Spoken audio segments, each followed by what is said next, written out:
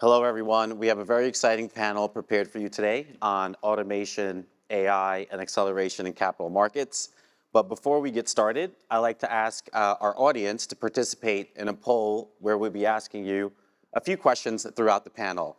So if I can ask everyone to take out your mobile phones, open up your web browser and go to slido.com, enter in the 7 digits that you see behind me, or take a quick picture of the QR code here on the screen. So before I bring on the panelists, I'd like to ask our audience the first question.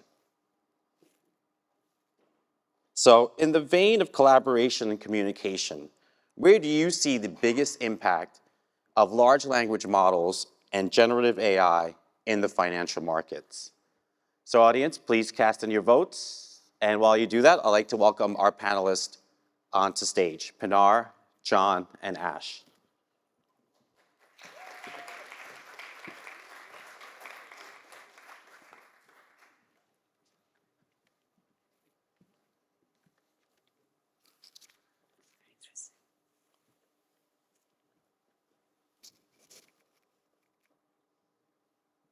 Wow, pretty close tie between operational efficiency and customer experience.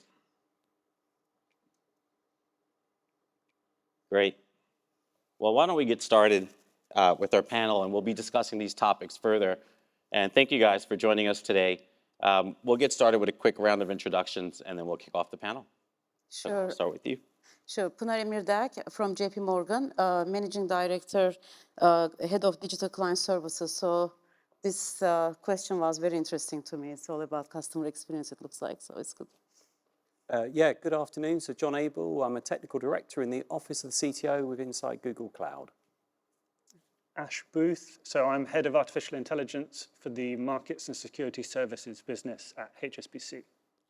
Excellent. Thank you again for joining us today. So it's been a very busy year in AI, right? With the introduction of large language models, ChatGPT, Google Bard, and other tools have really changed the way people, businesses, and communities are engaging with technology.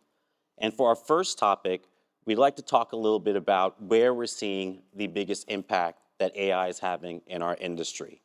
Now, we know AI is meant to remove friction from business processes.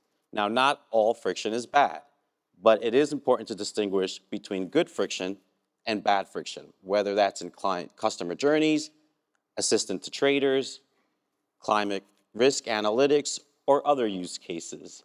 So, John, maybe you can get us started. Where are we seeing the greatest impact that AI is having in our industry?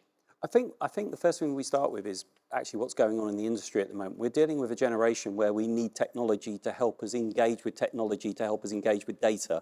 We've sort of broken the string between us running our analytics reports and just getting out the reports, and we can use these things called SQL query like I did in my career. Sure. What we're starting to see now is, especially in certain industries that haven't been so what I would call using AI to the force, but they're starting to use it now, like insurance. So right. One of the companies we work with, Key Insurance, is just down the road here. They use it for doing their quotation, they're doing it for algos and risks. These are typical scenarios we see AI in. So that's where we're sort of starting, but I'm sure through this panel conversation, we're going to end up in other places as well. Yeah. Pinar, if you want to. Yeah, I'm just actually still thinking about this good friction, bad friction topic, just a little bit. Because I think good friction is a bit function of us not really being able to manage our data and processes and the change as well as we really should. And hopefully, it's we don't want friction in general. Like right. we don't. I don't know if there is something called good friction. Really, it's function of our times. So in terms of the impact, so I mean, I am a bit biased. So and I think this is big enough area itself anyway. Like I am looking at, for example, like everything end-to-end client experience and service. I mean, the thesis there is we always focused especially in the market space, execution, like through my career, and I know many of you have been involved in the markets for a while. So execution always have been the most important. Transactions have been always the most important part of our industry. But now, if you look at end to end, like all the way from onboarding to the end of our interactions with our clients through the life cycle of a trade, for example, or other interactions, you will see that there are so many touch points, one internally within our organizations, but also with our clients. So there are so many interesting things, not only with large language models, but sentiment and efficient knowledge bases, personalization, really inventing what customer experience is, and then and measuring it with AI. And because I don't think that we even have a definition of what it really is.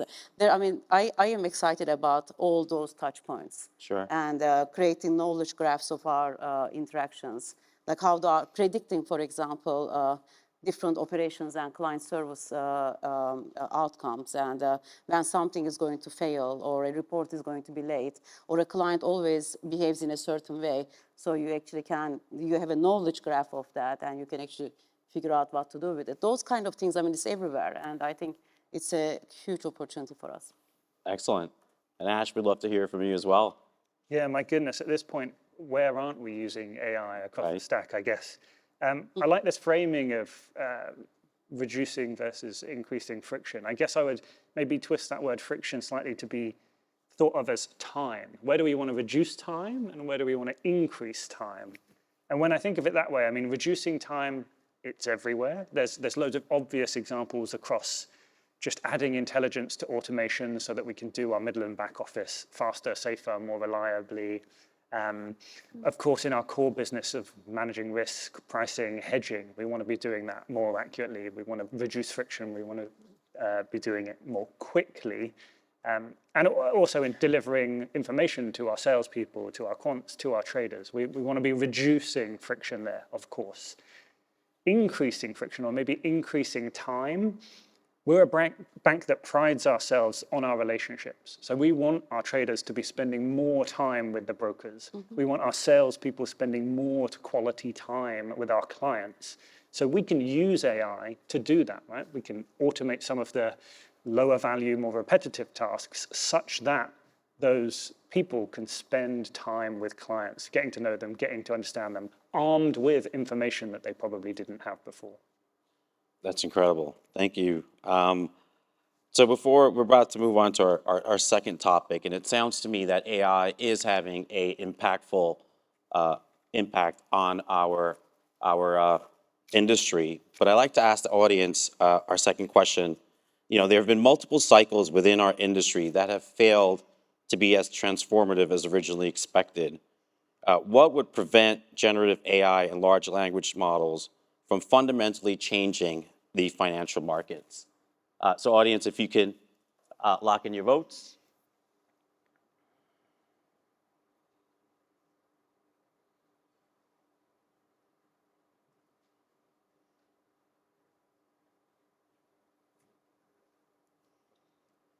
And it looks like insufficient security and trust controls is an area that the audience thinks. And there's been a lot of discussions around this.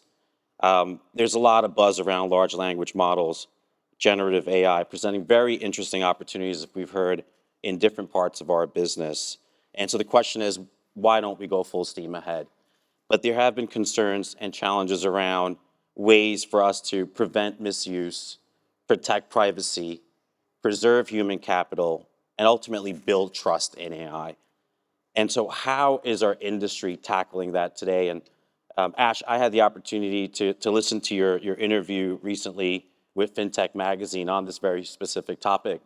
So maybe you can get us started. Yeah, absolutely. It's such a big topic, right? And it's particularly interesting because it's this wonderful confluence of technology and psychology and relationships and trust and even politics and all sorts. So where to even start here? My goodness. Fundamentally, we view trust and governance in AI from 2 points of view. One of them is very technical.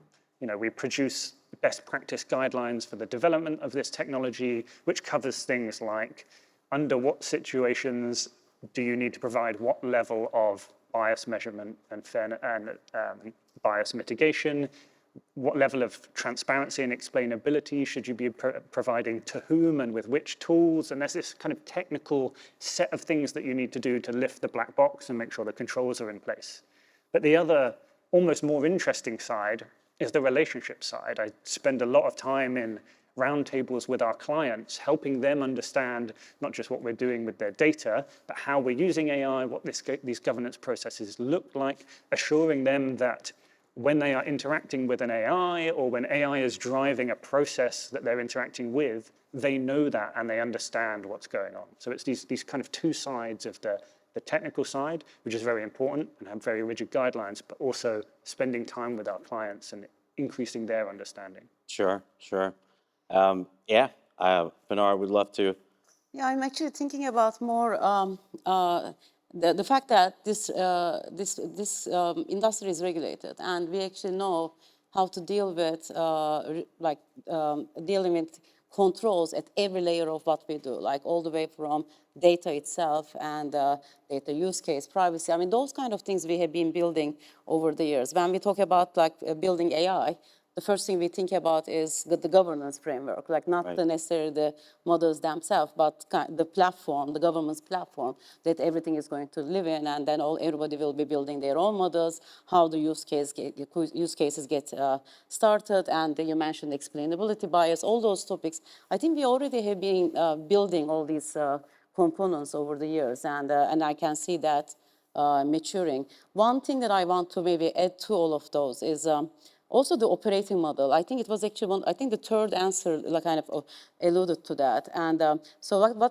we are very good at doing research and building models for specific use cases. Right. But now if you think about it with more digital capabilities, digital operating models, which means, for example, bringing design to the picture, like product operating model, those kind of things. And not creating only capabilities, but horizontal products. And then and using design, we actually can create better controls as well. So those are the type of things which is about the way of working as opposed to technical capabilities itself. I think is also something that we should remember. Those kind of things are also some things that we should remember. Sure, and it seems like there's like two sort of sides of this discussion. One where you have this open letter of CEOs saying, let's press pause. On the other side where folks say, trust is bilateral. And, when you look at when the internet first came out, not everyone trusted it, but look at where we are today, right? So, John, we'd love for you to give us some of your thoughts on this topic as well. Being a technologist, I'm super excited about what the opportunities are going forward. But I think what I'm more excited about is it's really a compelling case for business and technology to work together. If you look at like generative AI, we can't train the prompts without the business user. It's not a case where a technologist goes away and does some coding and comes back and says, here it is. We can't do that. So I think any successful business is going to have to break down those barriers between technology and business if they want to get the most out of generative AI. When we talk about the last one and the second one together, the first question and the second question together, one of the concepts that we developed within Site Reliability Engineering, this is a group that's actually a group in London that I sit just beneath them. And we talk about toil, we don't talk about friction. So it's the removing of toil, which is the task that the human is just getting worn out with. And we have a percentage, which is 50%. So if we spend more than 50% of our time on toil, we are empowered, and that's a very big word as well, because we want to empower people with AI to actually engineer it out for lasting good. So when you're looking at your business cases, and when you take the first question, the second question, I think what the most successful players in this area will be was when business and IT come together as one, where they use the right technology and have a good depth of understanding, and they will accept what they are seeing in their data, and they've trained it in a way where they're accepting as the business. You can't outsource risk to a technology company in financial services. You're the regulated industry. We're regulated in other ways, but you are the regulated. So I think it's going to be super exciting to see what happens in this world, especially in financial services. Great. And on that point as well, I love that you bring up this idea of technologists and business working more closely together. I think we're moving to a new kind of technology, right? Or at least a new way of building solutions with technology. And this crossover has to be much more tight.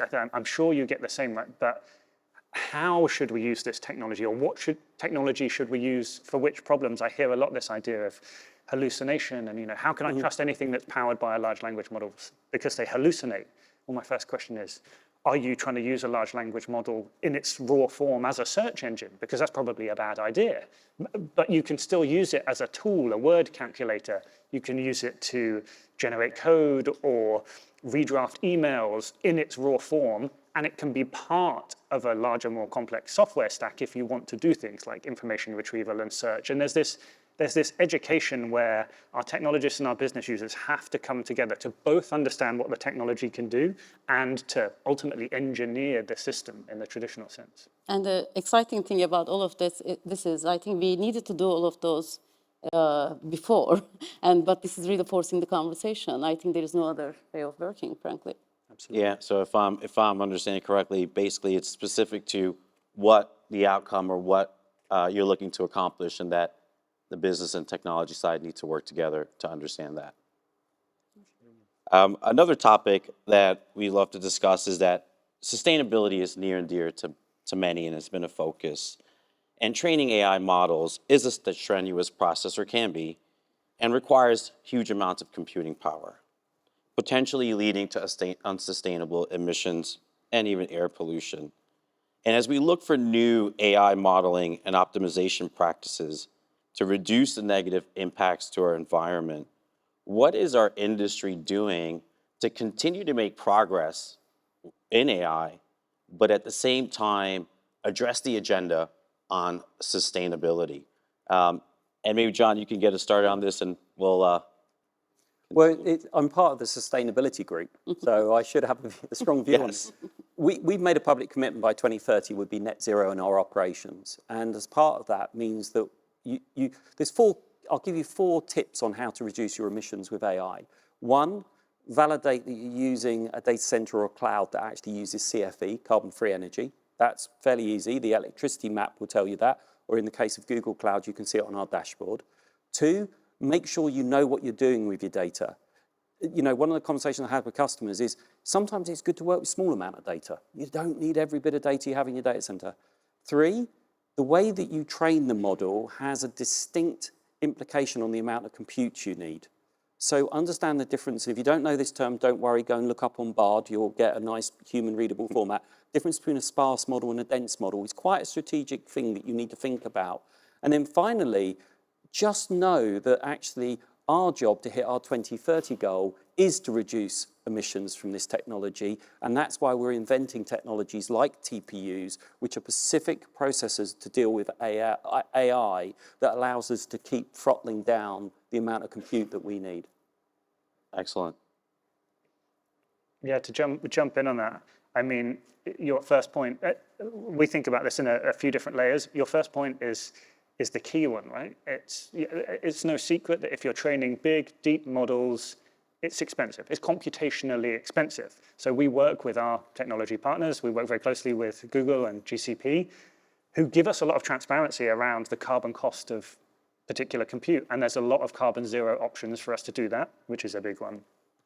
On top of that, I love your point on data size, right? I always say big data has been a very trendy term over the last few years. I want my data as small as possible in all cases, right? The most performance I can get out of the least amount of data, that's a win-win, particularly in the carbon cost view. On top of that, transparency is a big one for us. So when we lean quite heavily on a paradigm, I think first shouted about by Google, actually, this idea of model cards. When we train machine learning models, we present alongside them, or we publish alongside them, a model card, which tells the user and the engineers about what data was that model trained on, what's its architecture, what are you doing to mitigate bias, information about the model. We also publish the carbon cost of producing that model. And just forcing engineers to think about that when they train their models, we found has a big impact on whether they opt to use all the data or a subset of the data. So that behavioral angle is very important as well. And then lastly, just reusability. Another thing that those model cards give us is a way to tell everyone, what does that model do? What was its limitations? On what data was it trained? So other engineers can go, oh, actually, I'm trying to train a language classifier that does a very similar thing. Maybe I can just reuse that model and eat the cost of inference and using it, but not have to retrain. So they're the kind of layers that we... Yeah, so transparency and reusability. Yeah. Absolutely. And that last point is actually something that that's actually I think quite connected to this product thinking as well. I mean, it's basically really thinking about the components and the reusable capabilities themselves, and then almost like literally creating a factory of how you actually bring them together and design and you know, you basically create products from them, and then you become like consumer of these products and producer of these products. So I think those are the type of things, again, I think maybe historically, you know, we haven't been exact like, let's say, slick in our kind of design sometimes, but I think it's actually, now we are really growing up as an industry that we need to, and to achieve those. And I would say, if we are removing frictions with AI, I'm hoping that we are, in general, supporting the sustainability agenda. That's right. Because we have many, many frictions in the system already. That is right. Well, great. I want to thank all of our panelists for joining today. Thank you, Pinar, John, Ash, for your comments and insights and unique perspective on this topic. Let's keep these discussions going. And we've made some great progress, and we hope to continue to do so. So thank you, panelists. Before we move on to our next session, we'd like to ask one more question to the audience.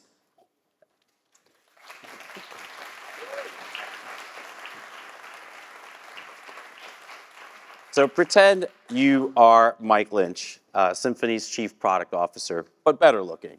Where would you direct the company's product focus to maximize impact for you? Audience, please lock in your votes. And Mike, I'll welcome you back to stage. I see everyone's as surprised at the not good looking part as I am. Mark, I do have feelings, you know, it hurts a little bit. Very interesting. What do we have so far? All right, AI powered. Well, thank you all. Thank you to the panel. Super interesting. And, you know, we obviously, you know, the panel is always interesting. Hopefully I was there watching as much as you were. And, you know, as we continue to navigate this accelerating period of AI sort of proliferation, it's, you know, we ask these questions because it helps us understand what's on your mind and how we should be focusing and adjusting our strategy as we go, and we sort of both are responsive but also proactive in this complex space.